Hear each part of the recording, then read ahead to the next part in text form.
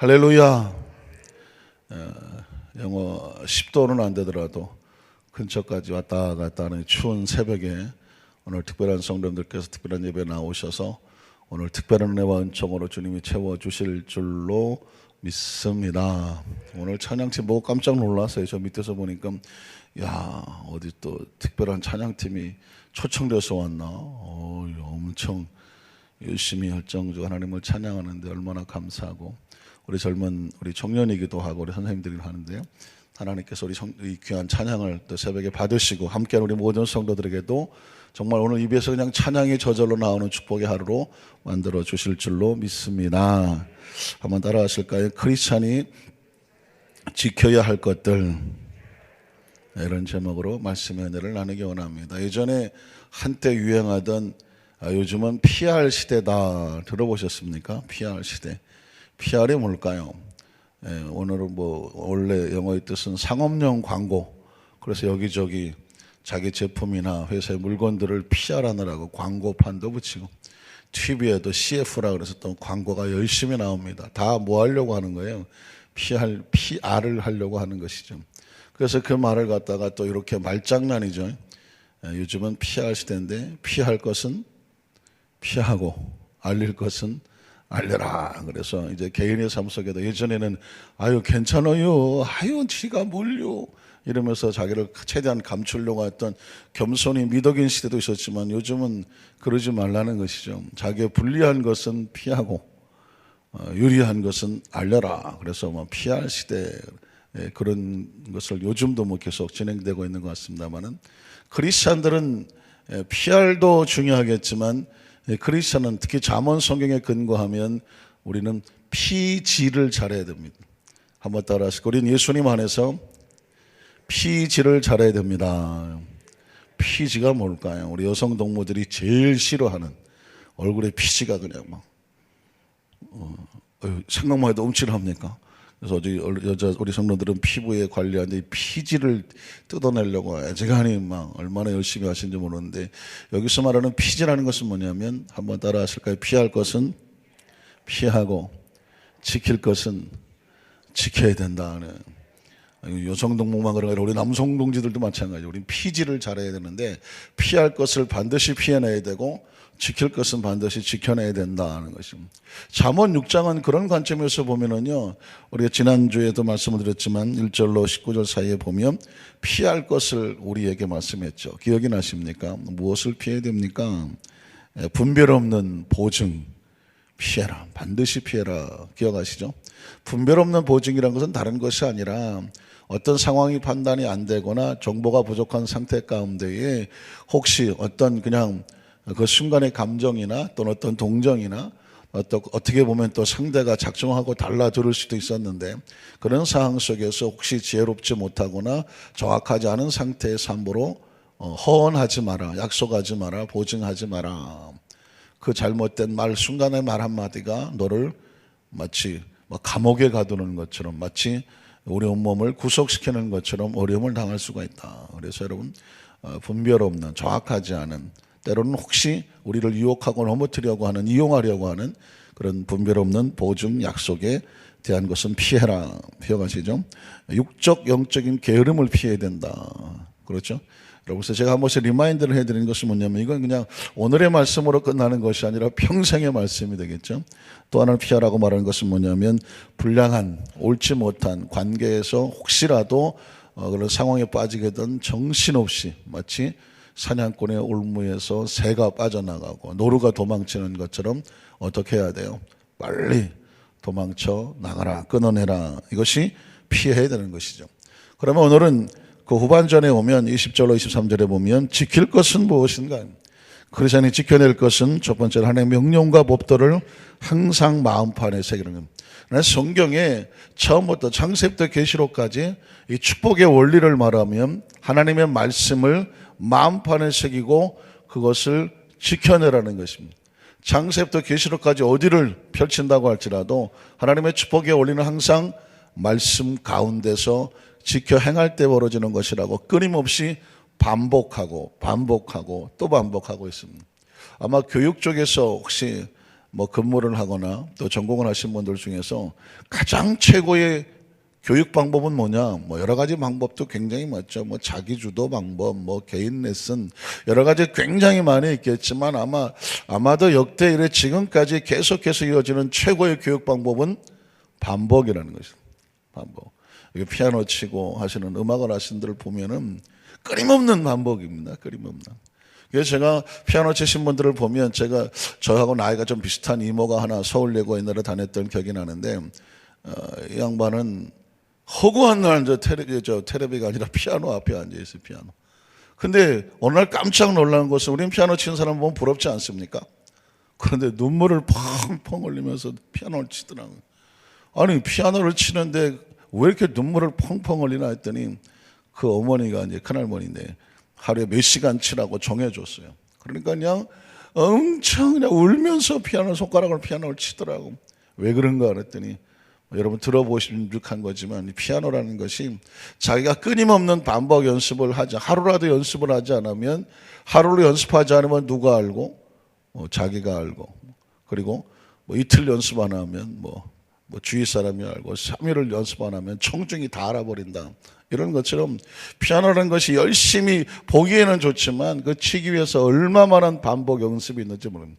뭐든지 마찬가지야. 그런데 여러분 성경 속의 하나님의 말씀은 이건 뭐 몇 시간 반복이 아닙니다. 늘 끊임없이 하나님의 말씀이 우리 머리부터 발끝까지 채워지라고 성경은 우리에게 말씀하고 있습니다.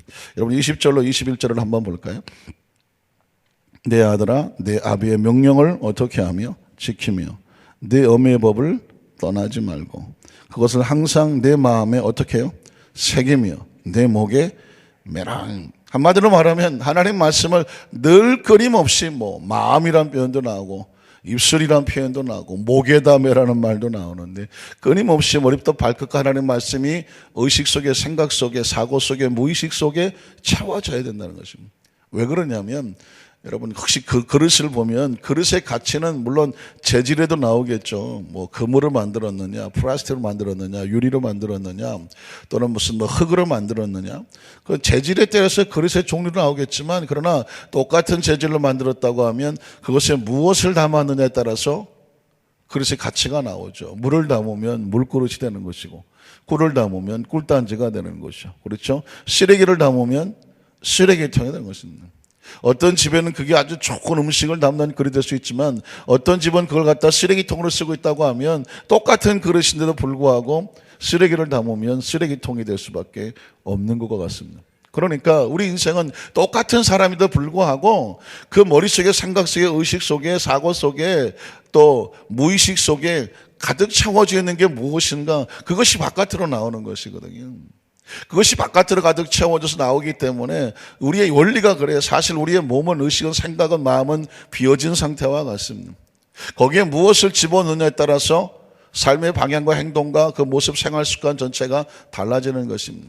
그래서 여러분 사람은 태어나 성장하면서 교육을 시켜야 된다는 교육을 받은 사람과 받지 않은 사람하고 차이가 있기 때문에 그렇습니다. 그게 뭘까요? 교육은 채우는 거 아닙니까? 이렇게 해야 되고 저렇게 해야 되고 이것이 너를 지키는 것이고 다른 사람의 관계를 올바르게 하는 것이고 그럼 자꾸 교육을 받아야 되는 이유가 거기 있단 말이죠. 가장 최고의 교육은 다른 것이 아니라 하나님의 말씀이 교육으로 세워져야 가장 먼저 하나님과 올바른 관계가 되고 하나님과 올바른 관계가 되어지니까 영혼이 편안해지지 않겠습니까? 하나님과 올바른 관계가 되지 않고 절대로 영혼이 편안할 수가 없습니다. 영혼이 편안하지 않으면 마음도 편안하지 않아요.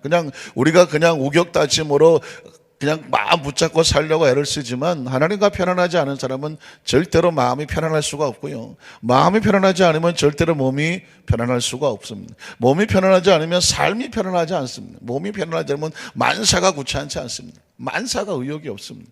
그래서 하나님 말씀을 주야로 묵상하며 가운데 지키라고 말하는 것은 우리를 위해서 그렇게 하는 것이지 하나님 좋으라고 하는 것은 절대로 아니라는 것이죠. 하나님과의 관계를 올바로 세워주기 위해서 성경은 끊임없이 말씀을 지키며 말씀을 떠나지 말며 말씀을 가슴판에 새기며 목에 매라 이렇게 말씀하고 있는 것입니다. 자, 그래서 성경은 시대와 인물은 달라지지만 계속 축복의 원리는 동일하게 말하고 있습니다. 창세기 12장 1절을 한번 볼까요? 자, 야훼께서 아브라함에게 이르시되 하면 뭘까요?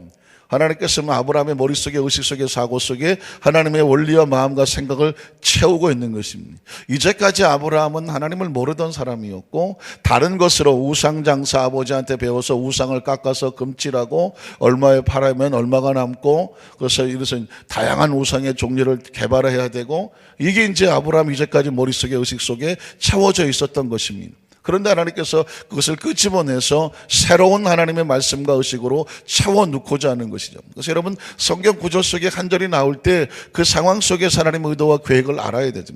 하나님께서 아브라함에게 이르시되면, 이때 하나님은 전혀 하나님 의식을 모르던 아브라함을 선택하신 하나님, 그 속에 하나님의 어떤 말씀과 능력을 주셔서 그 사람을 새롭게 만들어서 하나님의 꿈을 펼쳐나가시길 원하시는 하나님, 그런 하나님이 보이십니까?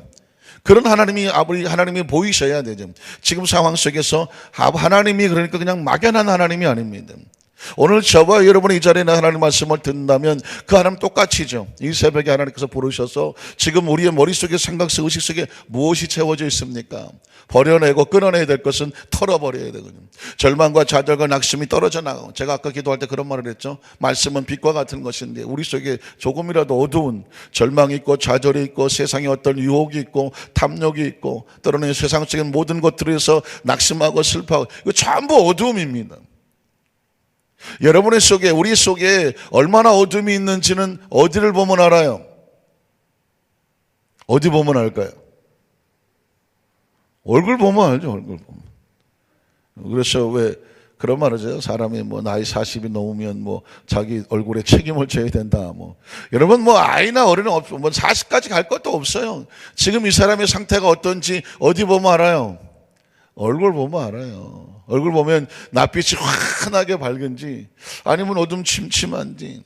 어린아이들도 마찬가지 아닙니까? 얼굴이 군대 말인데 희쭈구리 하면, 사회에서는 잘 안 쓰는 말이에요. 군인들은 밥 먹고 아니면 맨날 희쭈구리 희쭈구리여서 아직도 붙어있는 말인데, 왜냐하면 뭔가가 쭈하고 낙심하고 얼굴이 킁킁. 왜 그럴까요? 그 마음이 어두운 것이죠.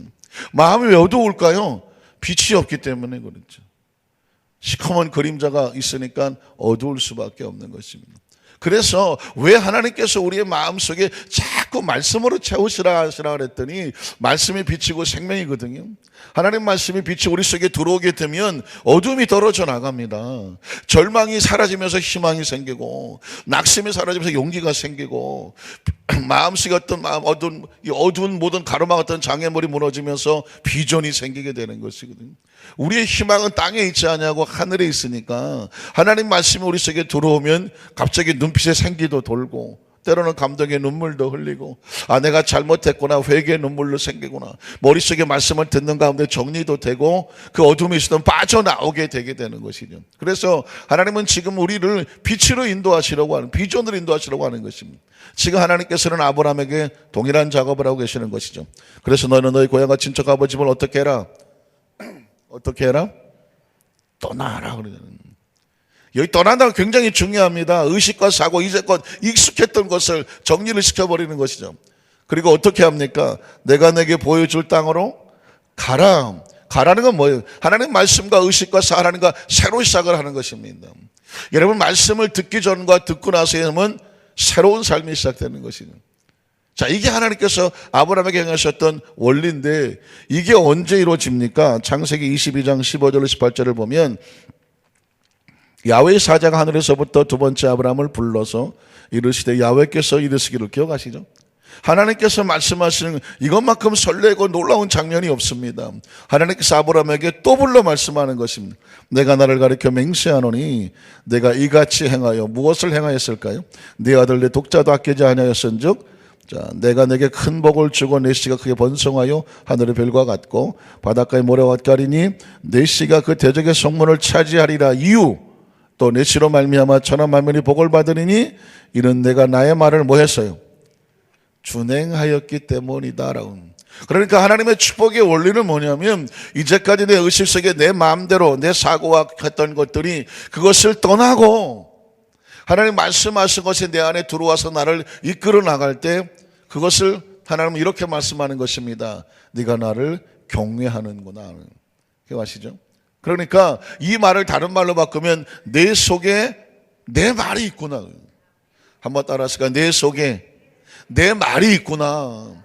하나님을 원하시는 건 그걸 경외해야 한다고 말하는 거예요.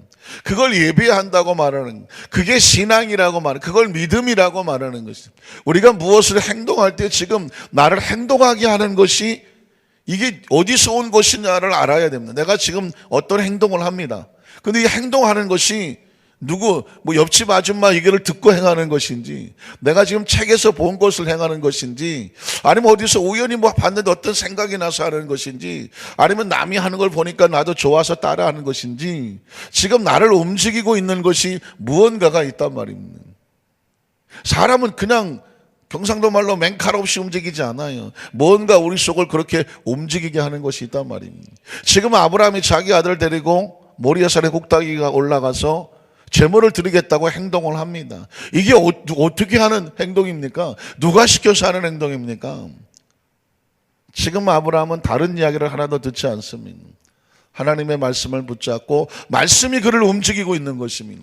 성경에 보면 아브라함이 그 이삭을 데리고 모리아산을 가던 날 그 아내 사라에게는 말을 하지 않은 걸로 나오고 있습니다. 아내에게는.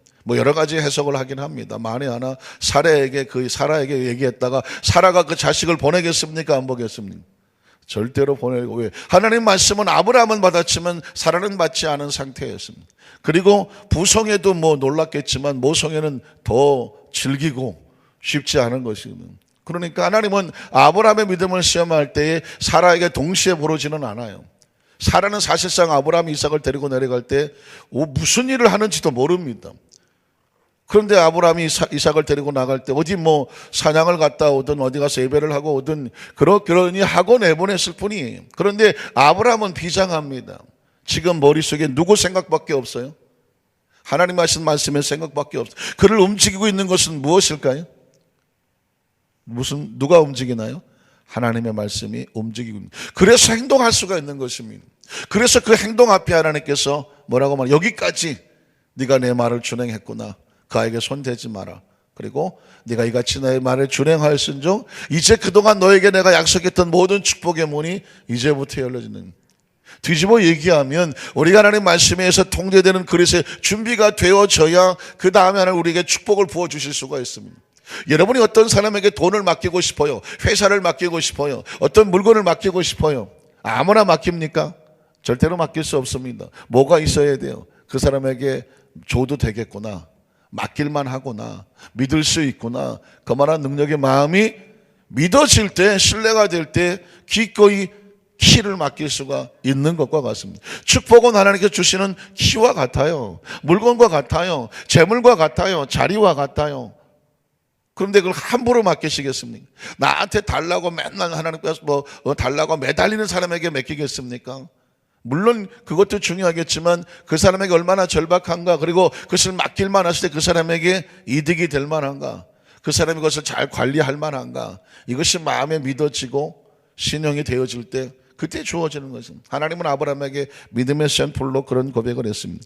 여러분 창세기 39장 7절로 10절에 보면 요셉의 이야기가 나오는데, 그 후에 그의 주인의 아내가 요셉에게 눈짓하다가 동침하기를 청하니 요셉이 거절하며 자기 주인의 아내에게 이르되 내 주인이 집안의 모든 소유를 간섭하지 아니하고 다 내 손에 위탁하였으니 이 집에는 나보다 더 큰 이가 없으며 주인이 아무것도 내게 금하지 아니하였어도 금한 것은 당신뿐이니 당신은 그의 아내임이라. 그러즉 내가 어찌 큰 악을 행하여 하나님께 죄를 지으리까. 여인이 날마다 요셉에게 청하였으나 요셉이 듣지 아니하여 동침하지 아니할 뿐더러 함께 있지도 아니하니라. 자, 지금 요셉의 머릿속에는 세 가지가 충돌을 합니다.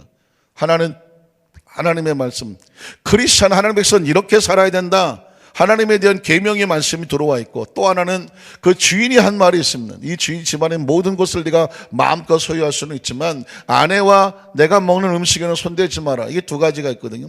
그리고 하나는 뭐냐면 갑자기 최근에 밀려 들어오고 있는 그 보디발 장군의 아내가 자꾸 요셉에게 다가오는 그런 동침의 유혹이었었습니다.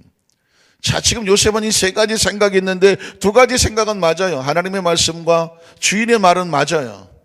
그런데 전혀 생각자는 무서운 세력이 밀려 들어오고 있는데, 보디발 장군의 아내가 계속해서 그 젊은 청년 요셉에게 동침하기를 유혹하는 것입니다. 여러분, 만만한 내용이 아닙니다. 제가 늘 얘기하지만 지금 요셉이 17살에 그 애굽으로 팔려와서 거기서 아마 나가기 직전이니까 한 3년 가까이 됐겠죠. 나이 20살입니다. 예전에 20살, 지금 20랑은 또 다르겠죠. 그만큼 수명이 짧았을 테니까. 여러분, 외롭고 쓸쓸하게 어려서부터 요셉의 어머니는 일찌감치 세상을 떠났습니다. 어려서 어머니 사랑을 받아본 적이 없습니다. 아버지 사랑으로 자랐습니다. 이제 그 사랑도 잃어버렸습니다. 애굽에 팔려왔습니다. 여러분, 20대 청년이 그 정말 모든 것이 풍성한 그런 그 청년에게 따뜻하게 다가오고 아주 화려하게 미끄럽게 다가오는 그 여인의 유혹, 여러분, 쉬운 만만한 얘기가 아닙니다. 그리고 미래에 대한 보장, 정말 그 노예에게 앞이 캄캄한 삶 속에서 그 다가오는 그 유혹과 그 모습은 절대로 피할 수 있는 게 아니에요. 아니, 머릿속에 백날 알아도 몸이 피할 수가 없습니다. 그런데 여러분, 성경에 보니까 요셉이 듣지도 아니하며 함께 있지도 아니하더라. 이게 어디서 그렇게 행동을 할 수 있습니까? 당신의 주인이 내게 한 말이 있다는 말은. 그리고 또 하나는 뭐예요? 하나님의 앞에서 내가 어떻게 악을 행하여 죄를 지을 수 있겠습니까? 라고 합니다. 그러니까 지금 요셉의 머릿속에 지배하고 통제하는 건 뭐냐면 주인의 명령과 하나님의 명령, 이것만 붙잡고 있는 것입니다. 뭘 듣지 않았습니까? 그 여인의 유혹의 말을 듣지 않았습니다. 만약에 그 말을 들었어, 그럼 뭐가 밀려나갑니까? 주인의 명령이 밀려나가고 하나님의 말씀이 밀려나갑니다. 만약에 요셉이 그 여인과 동침을 했다, 그럼 뭐가 그렇게 한 것입니까? 여인의 유혹의 말이 그를 통제하고 지배했기 때문에 요셉은 저항할 수가 없습니다. 사람의 행동은 그 속에 뭐가 들어왔냐에 따라서 그를 움직이게 되어 있는 것이거든요.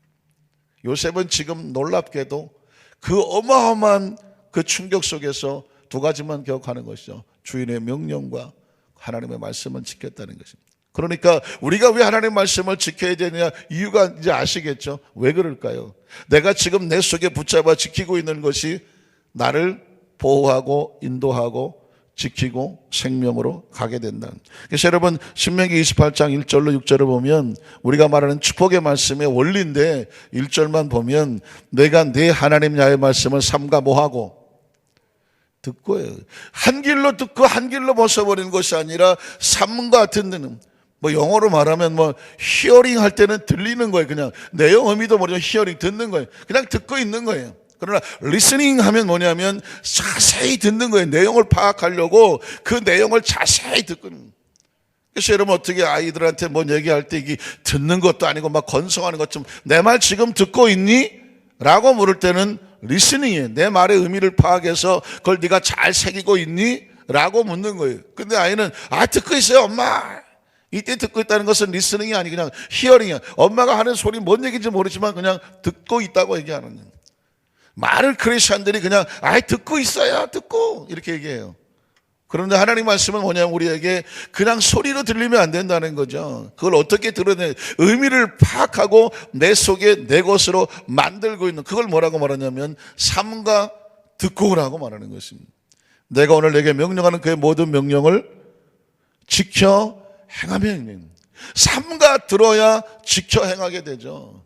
건성건성 들으면 의미도 파악이 안 되기 때문에 지켜 행할 수가 없습니다. 그래서 축복의 원리는 아주 단순하다. 삼가 듣고 그것이 내 의식 속에 들어와야 되고 그것이 나를 행동하게, 그것이 지켜 행하면 내 하나님 야훼께서 너를 세계 모든 민족 위에 뛰어나게 하실 것이다 라고 축복의 원리를 말씀하고 있는 줄로 믿습니다. 말씀을 정리하기를 원합니다. 그러니까 하나님의 말씀을 들을 수 있는 것은 놀라운 기회입니다.